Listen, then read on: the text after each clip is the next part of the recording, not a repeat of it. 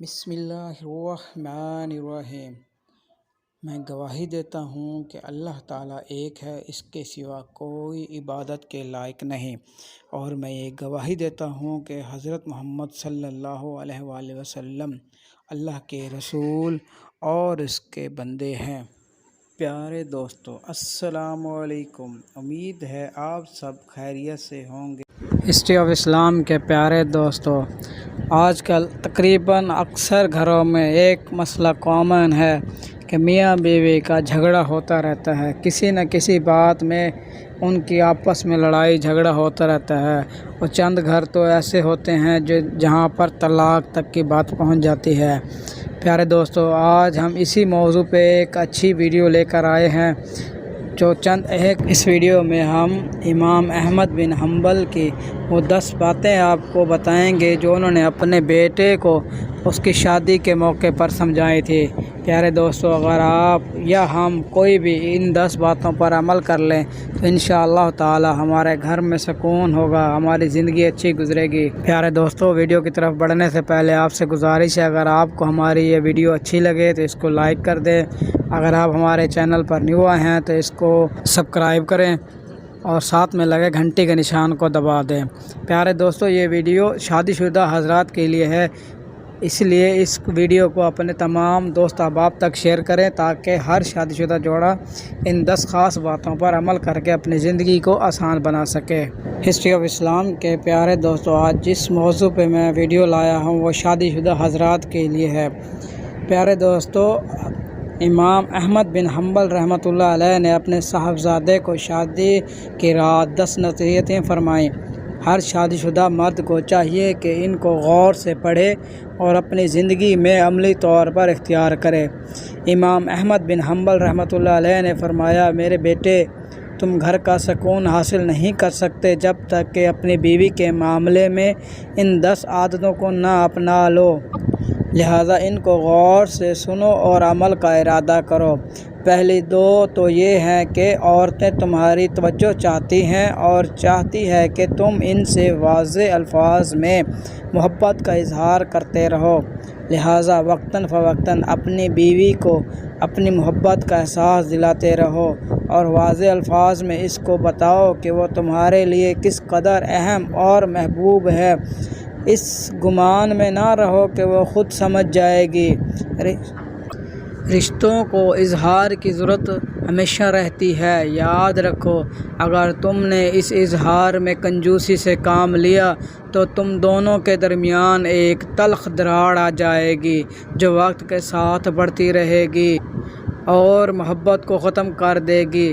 3 عورتوں کو سخت مزاج اور ضرورت سے زیادہ محتاط مردوں سے کوفت ہوتی ہے، لیکن وہ نرم مزاج مرد کی نرمی کا بے جا فائدہ اٹھانا بھی جانتی ہیں، لہذا ان دونوں صفات میں اعتدال سے کام لینا تاکہ گھر میں توازن قائم رہے اور تم دونوں کو ذہنی سکون حاصل ہو۔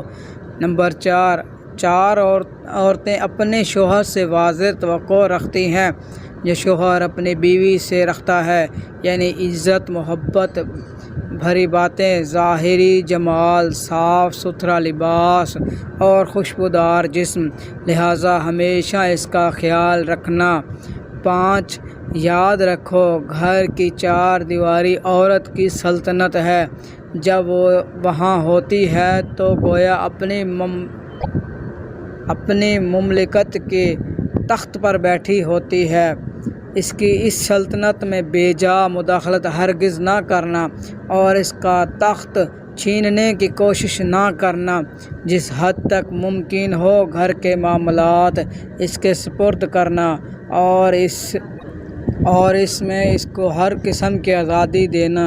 نمبر 6 ہر بیوی اپنے شوہر سے محبت کرنا چاہتی ہے، لیکن یاد رکھو اس کے اپنے ماں باپ، بہن بھائی اور دیگر گھریلو گھر والے بھی ہیں جن سے وہ لا تعلق نہیں ہو سکتی اور نہ ہی اس سے ایسی توقع جائز ہے۔ لہٰذا کبھی بھی اپنے اور اس کے گھر والوں کے درمیان مقابلے کی صورت پیدا نہ ہونے دینا، کیونکہ اگر اس نے مجبوراً تمہاری خاطر اپنا گھر والوں کو چھوڑ بھی دیا تب بھی وہ بے چین رہے گی، اور یہ بے چینی بالآخر تم سے اسے دور کر دے گی۔ نمبر 7، بلا شبہ عورت ٹیڑھی پسلی سے پیدا کی گئی ہے اور اسی میں اس کا حسن بھی ہے۔ یہ ہرگز کوئی نقصان نہیں، وہ ایسے ہی اچھی لگتی ہے جس طرح بھویں گولائی میں خوبصورت معلوم ہوتی ہیں۔ لہٰذا اس کے ٹیڑھے پن سے فائدہ اٹھاؤ اور اس کے اس حسن سے لطف اندوز ہو۔ اگر کبھی اس کی کوئی بات ناگوار بھی لگے تو اس کے ساتھ سختی اور تلخی سے اس کو سیدھا کرنے کی کوشش نہ کرو، ورنہ وہ ٹوٹ جائے گی اور اس کا ٹوٹنا بالآخر طلاق تک نوبت لے جائے گا۔ مگر اس کے ساتھ ساتھ ایسے بھی نہ کرو کہ اس کی ہر غلط اور بیجا بات مانتے ہی چلے جاؤ، ورنہ وہ مغرور ہو جائے گی جو اس کے اپنے ہی لیے نقصان دہ ہے۔ لہٰذا معتدل مزاج رہنا اور حکمت سے معاملات کو چلانا۔ نمبر 8، شوہر کی ناقدری اور ناشکری اکثر عورتوں کی فطرت میں ہوتی ہے۔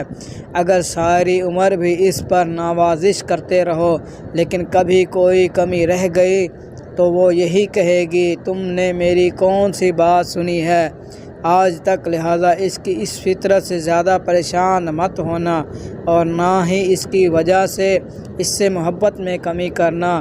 یہ ایک چھوٹا سا عیب ہے اس کے اندر، لیکن اس کے مقابلے میں اس کے اندر بے شمار خوبیاں بھی ہیں۔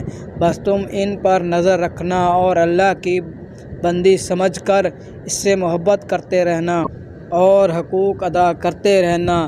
نمبر 9، ہر عورت پر جسمانی کمزوری کے کچھ ایام آتے ہیں۔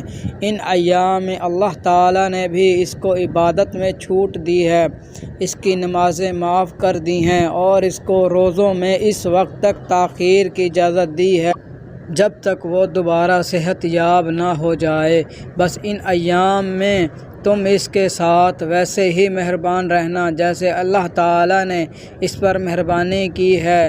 جس طرح اللہ نے اس پر سے عبادت ہٹا لی ویسے ہی تم بھی ان ایام میں اس کی کمزوری کا لحاظ رکھتے ہوئے اس کی ذمہ داریوں میں کمی کر دو، اس کے کام کاج میں مدد کروا دو اور اس کے لیے سہولت پیدا کرو۔ نمبر 10، آخر میں بس یہ یاد رکھو کہ تمہاری بیوی تمہارے پاس ایک قیدی ہے جس کے بارے میں اللہ تعالیٰ تم سے سوال کرے گا۔ بس اس کے ساتھ انتہائی رحم و کرم کا معاملہ کرنا۔